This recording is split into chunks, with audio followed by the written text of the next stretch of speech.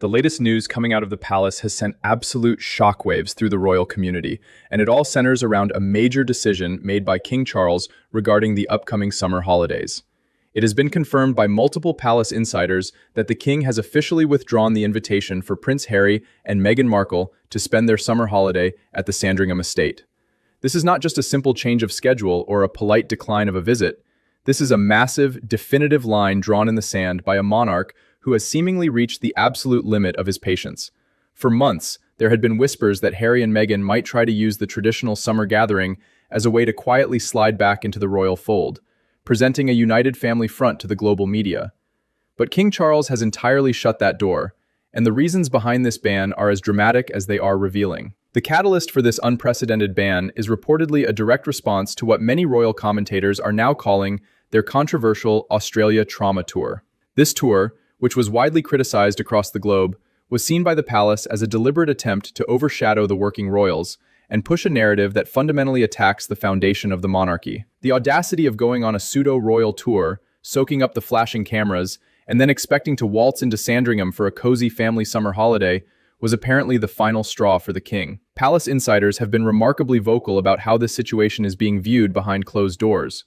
According to these sources, Harry is no longer just seen as a prodigal son who has lost his way. He is increasingly being viewed as a bully. The most heartbreaking aspect of this entire ordeal is how the children are allegedly being used as pawns in this royal chess match. Sources claim that Harry has been actively using Archie and Lilibet to put immense emotional pressure on his father. It is described as a form of emotional blackmail, holding the king's grandchildren hostage across the Atlantic and dangling the prospect of a relationship with them only if certain demands are met. King Charles is a grandfather who desperately wants to know his grandchildren, to see them grow up and share his life with them. To have that natural, loving desire manipulated and weaponized for public relations leverage has reportedly caused the king deep emotional anguish. It is a cruel tactic, and one that has deeply alienated Harry from the rest of the family, who view this behavior as utterly unforgivable. But emotional manipulation is only one piece of a much larger puzzle. The real underlying motive for Harry desperately wanting that Sandringham invitation had very little to do with family bonding and everything to do with logistics, money, and status. It is widely claimed that Harry needed this invitation to secure taxpayer-funded security during a UK visit. By staying at an official royal residence alongside the monarch, Harry would naturally fall under the umbrella of the highest level of state security, effectively forcing the British taxpayer to foot the bill for his protection. Beyond the security costs, securing an invite to Sandringham was a desperate bid to regain some of the royal status he had voluntarily thrown away. Standing on the grounds of Sandringham, being photographed arriving with the rest of the senior royals, it would have sent a message to the world that they are still very much part of the inner circle. King Charles saw right through this calculated maneuver. By revoking the invitation, he completely neutralized their ability to use the crown for their own commercial and reputational gain. As if the Sandringham drama wasn't enough, Harry's actions on the global stage have only deepened the rift. Harry decided to make a high-profile visit to Ukraine just 4 days before King Charles was scheduled to make a highly significant diplomatic trip to Washington, D.C. During this time frame, Harry reportedly made statements criticizing Donald Trump and the American administration. This was a catastrophic breach of the unwritten rule that members of the British royal family do not meddle in foreign politics, especially not the politics of the United Kingdom's closest ally. For Harry to stir up political controversy involving the US administration right before the king arriving in the American capital is an act of supreme recklessness. We have to remember the context of all of this. King Charles is currently undergoing treatment for cancer, navigating one of the most physically and emotionally exhausting periods of his life. Instead of offering support or stepping back to allow his father peace, Harry's actions are described as creating immense, completely unnecessary emotional stress. The timing of the Ukraine visit wasn't just a coincidence either. Royal analysts strongly believe this was a highly calculated PR stunt designed to distract global attention from the overwhelming negative publicity and the disastrously poor ratings that followed their unsuccessful Australia tour. They needed a new headline to position themselves as global humanitarians, completely disregarding the collateral damage it would cause to the king. This desperation to control the narrative brings us to another dark shadow looming over their public image, one that shatters the very illusion of compassion they try so hard to project. The way Harry and Meghan allegedly treat the people who work for them has become a scandal in its own right, and the stories leaking out from their former staff members are nothing short of chilling. For years, there has been a revolving door of employees exiting their Archwell Foundation and their personal household, but the specific details of this mass exodus paint a very disturbing picture of the working environment behind closed doors. We have to talk about the incident involving Harry's chief of staff, Sarah Fosmo, which recently made headlines and exposed the underlying tension that dictates their daily operations. During what should have been a standard professional interaction, Meghan reportedly gave Fosmo a chilling death stare that left onlookers completely stunned. This wasn't just a brief moment of frustration or a typical boss having a bad day. It was described as a deeply uncomfortable display of dominance and hostility that humiliated a senior staff member in front of others. When you have a chief of staff, someone who is supposed to be your closest professional confidant and top executive, being subjected to that kind of public intimidation, it speaks volumes about the power dynamics at play. This kind of behavior isn't an isolated anomaly either. In fact, several former employees who worked directly under Meghan have come forward with harrowing accounts of their time in her service, using terms that are frankly terrifying in a professional context. Some of these former aides have reportedly described her as a workplace psychopath. Think about the gravity of that label.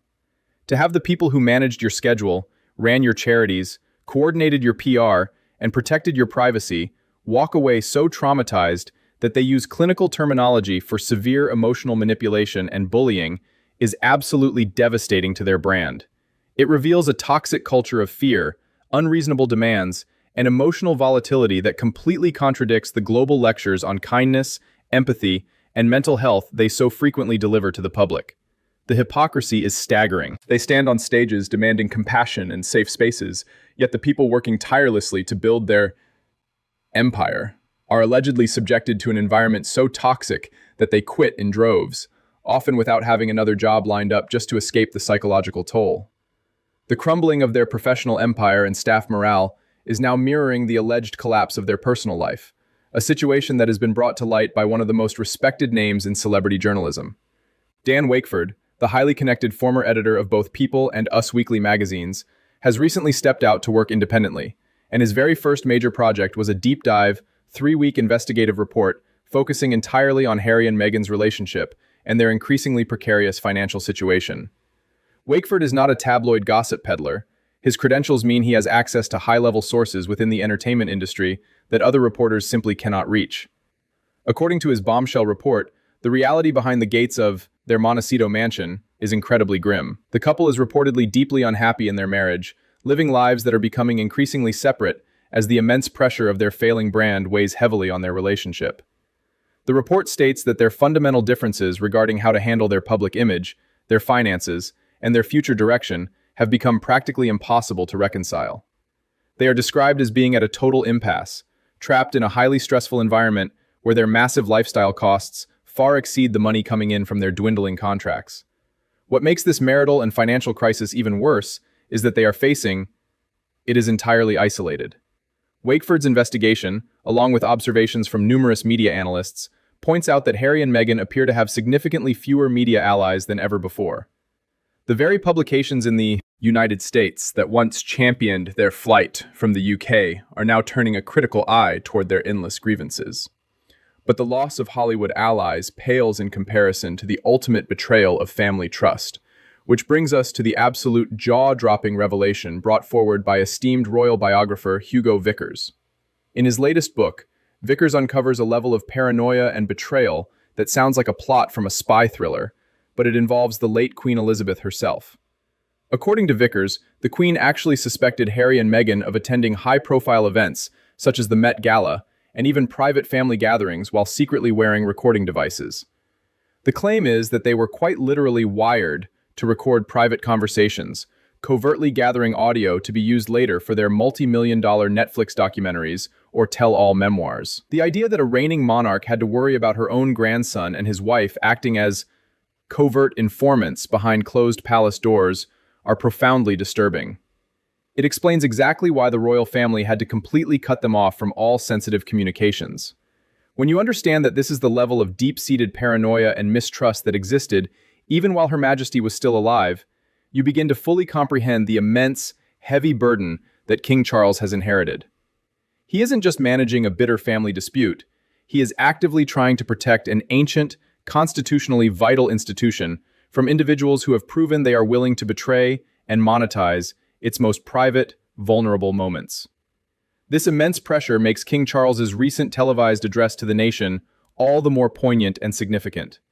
Facing a grueling, highly public battle with cancer, many critics, international media outlets, and royal watchers heavily speculated that he might use this broadcast to prepare the public for a transition of power. There were rampant rumors that the physical toll of his ongoing medical treatments, combined with the relentless, exhausting drama radiating from Montecito, would finally force his hand. Instead, the king did the exact opposite. Standing before the cameras, King Charles projected absolute, unwavering resolve and firmly, categorically rejected any possibility of abdication.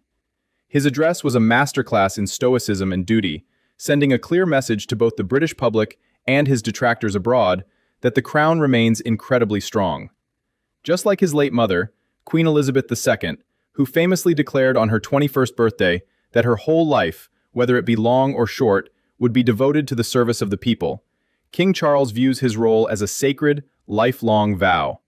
He is portrayed by palace insiders as being fiercely determined to protect the integrity of the crown at absolutely all costs, refusing to let his reign be defined by either his personal health challenges or the relentless public relations attacks launched by his youngest son.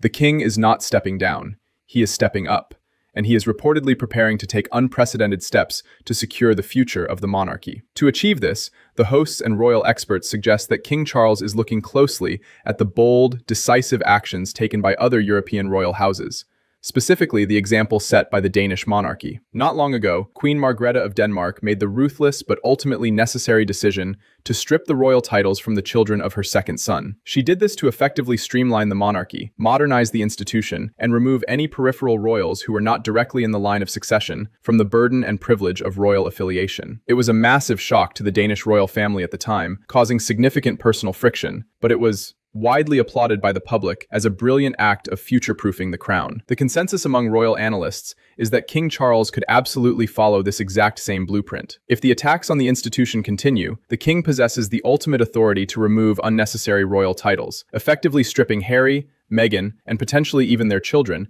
of their duke and duchess status, as well as their prince and princess titles. This wouldn't just be an act of family discipline, it would be a vital constitutional maneuver to distance the British state from two individuals who are actively working against its interests. In looking at this entire saga, from the initial shock of the revoked summer holiday to the looming threat of title removal, we have to step back and look at the overall analysis of where this leaves the House of Windsor. In the final assessment of these sweeping reports regarding the Sandringham invitation, a very clear, very tragic picture emerges. It is true that Buckingham Palace has not officially confirmed the specific claims about the summer ban. They operate under a strict policy of never complaining and never explaining, meaning they rarely issue formal press releases regarding private family schedules or internal disputes. However, the sheer volume and consistency of these leaks from highly placed palace sources are entirely deliberate. The institution is communicating through these reports, and the message they are sending highlights a state of deep, potentially irreparable mistrust.